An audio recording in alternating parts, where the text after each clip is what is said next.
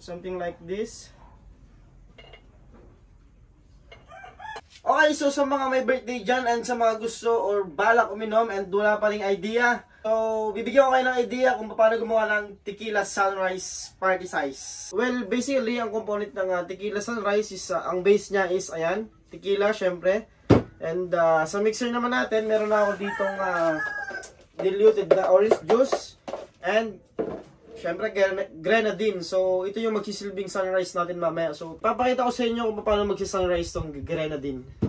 And dagdag kaalaman, no, tequila is made from the agave plant. The agave plant is matatagpuan nyo lang yan sa bansang Mexico. So kaya tequila is originated from the country of Mexico or Mexico. Alright, so start tayo sa ice. Okay, so meron ako ditong ice. Tayo lang natin.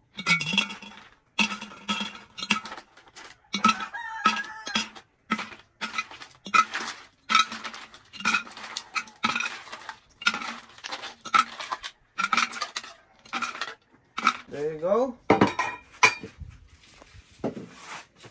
Okay, so syempre, simulan na natin. First, yung base natin, tequila.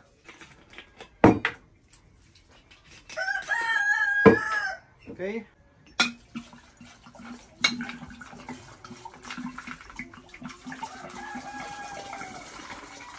Alright.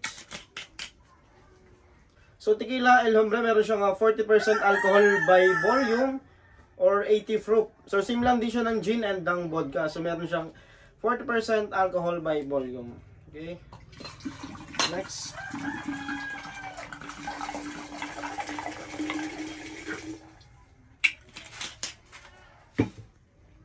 Okay, so next natin yung ating diluted juice, orange juice.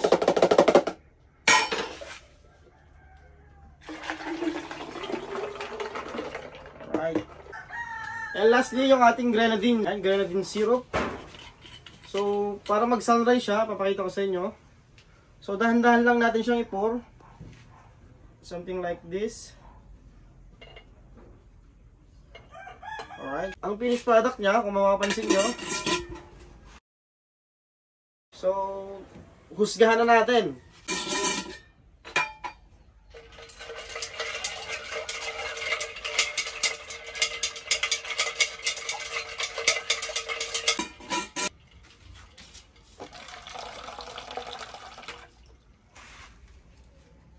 Wow.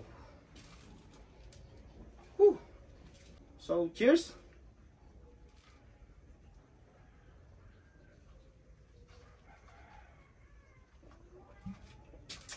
Ayun, no? Meron na kayong idea para sa birthday nyo. And para sa inuman nyo mamaya. So, cheers!